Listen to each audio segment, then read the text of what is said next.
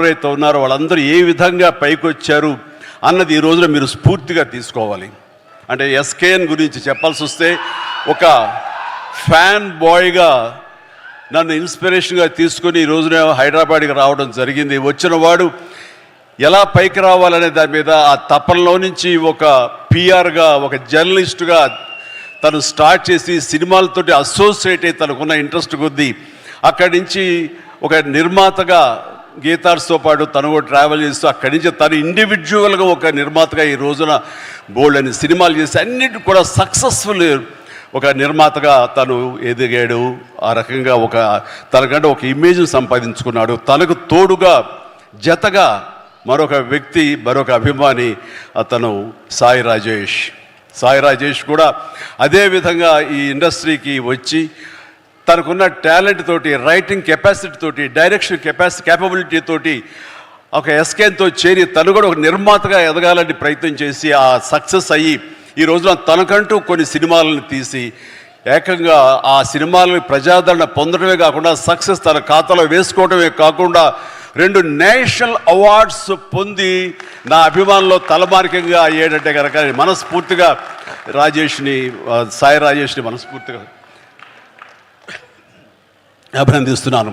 ఇవి నాకు మీ fan boy moments ఎలా ఉంటుందో, మీరు ఎట్లా ఆనందపడతారో నాకు తెలియదు, కానీ ఈరోజు మిమ్మల్ని అందరిని చూసి అంత గర్వపడుతున్నాను. ఆ రకంగా ఈరోజున రవి వర్మ నాకు పరిచయం చాలా తక్కువ, ఈ స్టేజ్ మీద ఇప్పుడే పరిచయం. అలాంటి తన డెబ్యూ ఫిలిం ఈ రోజున ఇది. తను చాలా బాగా మాట్లాడాడు సార్ మీ గురించి అని. ఎస్, అతని మాటలు ఎక్కడికి పోవు, మళ్ళీ నేనే వింటాను, చూస్తుంటాను, నా యొక్క ప్రతిస్పందన తెలియజేస్తాను. అండ్ తను ఇలాంటి వాళ్ళందరూ కూడాను ఇండస్ట్రీలో వచ్చి వాళ్ళకంటే ఒక స్థానం ఏర్పరచుకున్నారంటే కనుక వీళ్ళందరూ కూడాను చాలా సాదాసీదా కుటుంబాల నుంచి వచ్చిన వాళ్ళు, ఆర్థికంగా మామూలు స్థాయి నుంచి వచ్చిన వాళ్ళు, ఒక సాధారణ జీవితం గడుపుతున్న వాళ్ళు. కానీ వీళ్ళు కనే కలలు మాత్రం అసాధారణం.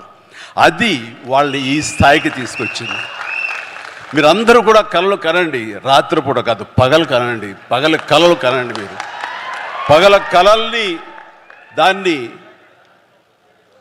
విజువల్గా మీరు ఊహించుకుంటూ ఉండండి. మీరు ఏం అవ్వాలనుకుంటున్నారో మీ యొక్క రంగాల్లో కానివ్వండి, భవిష్యత్తులో అది అవ్వటం కోసంగా నమ్మకంతో మీరు ముందుకు వెళ్ళండి.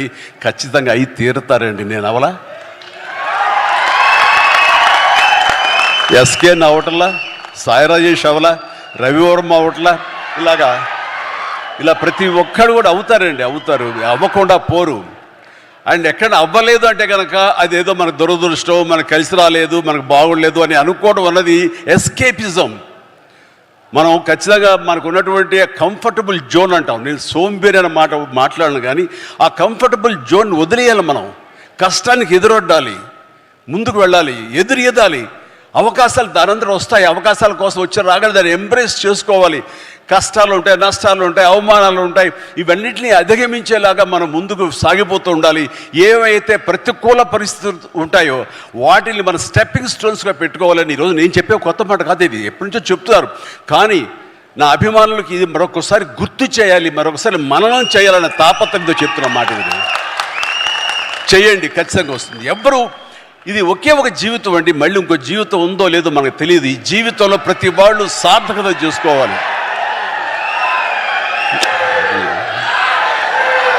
ఉంటాయి జన్మలకి మన ఈ బంధాలు ఇలాగే ఉంటుంటాయి. కానీ ఖచ్చితంగా మీరు సద్వినియోగపరుచుకోవాలి. ముఖ్యంగా మన కన్న తల్లిదండ్రులు వాళ్ళు గర్వం చెందేలాగా ఉండాలి. నేను ఈ మధ్య